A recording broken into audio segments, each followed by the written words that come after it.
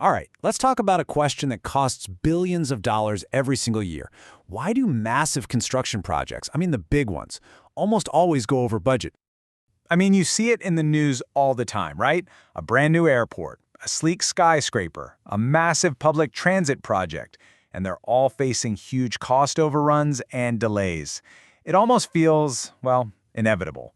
But what if I told you there's a single technical reason behind a lot of this chaos? It really all boils down to one critical word. And that word is variation. You know, in the world of construction, this one simple term, which is really just any change to the original plan, is exactly where a multi-million-dollar project can go completely off the rails. It's the official, legal way you introduce change into what's supposed to be a rock-solid agreement. Now, you're probably thinking a change to a contract means somebody messed up, right? But the truth is, variations aren't just normal. They're actually essential for getting anything built in the first place. Just think about it for a second.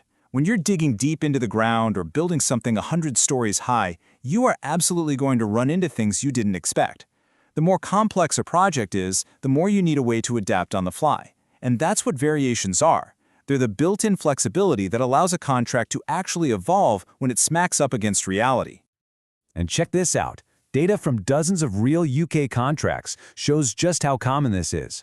Only 30%, less than a third, of the original items in a contract are left completely untouched by the end of a project. That means the other 70% are either increased, decreased, or just plain thrown out. So you see, change isn't the exception here. It is the rule. Okay, so if change is basically a guarantee, what's actually causing it? Let's break down the real reasons these variations pop up. So, some of the reasons are pretty straightforward. You might just need more concrete, or maybe less steel than you first thought, or a whole part of the design gets scrapped. Sometimes the project's funding gets adjusted midstream. And hey, every now and then a last-minute design improvement is just too good to pass up. These are kind of the big picture shifts. But then you've got the more technical, boots-on-the-ground reasons. This is where the actual blueprint gets rewritten. An architect might change a key specification, or an engineer has to slightly alter the exact position of a foundation. Sometimes, the whole construction schedule has to be reshuffled, and that can trigger this whole cascade of other changes down the line. Okay, so we've established that changes are happening all the time. But if the contract is constantly shifting, how on earth do you figure out what anything actually costs? Well, thankfully, there's a system for this. The first thing you do is you check the original contract's bill of quantities, or BOQ, which is basically just a super detailed price list for everything in the project.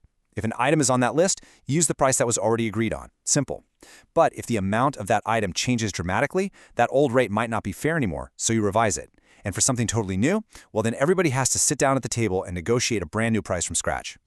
And you know, good contracts actually plan for this.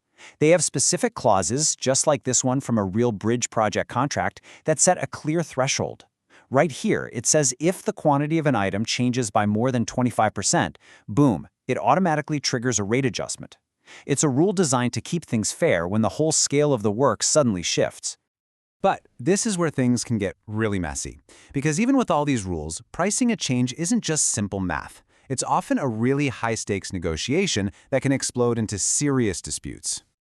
And the risks here are huge. Variations are the #1 reason for cost overruns and delays. They can lead to legal claims that can stall a project for months or even years.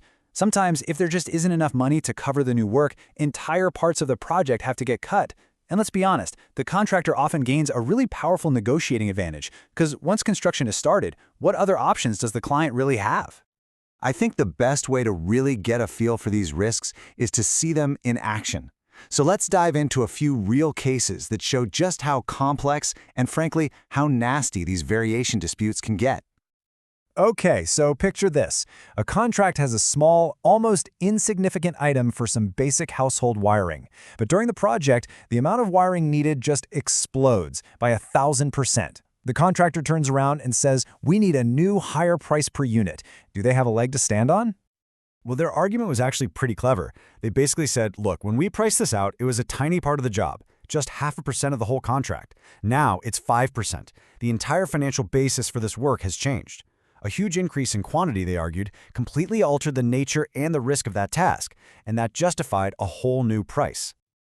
All right, here's another one for you. A contract to lay a pipeline says a special warning tape has to be buried above it.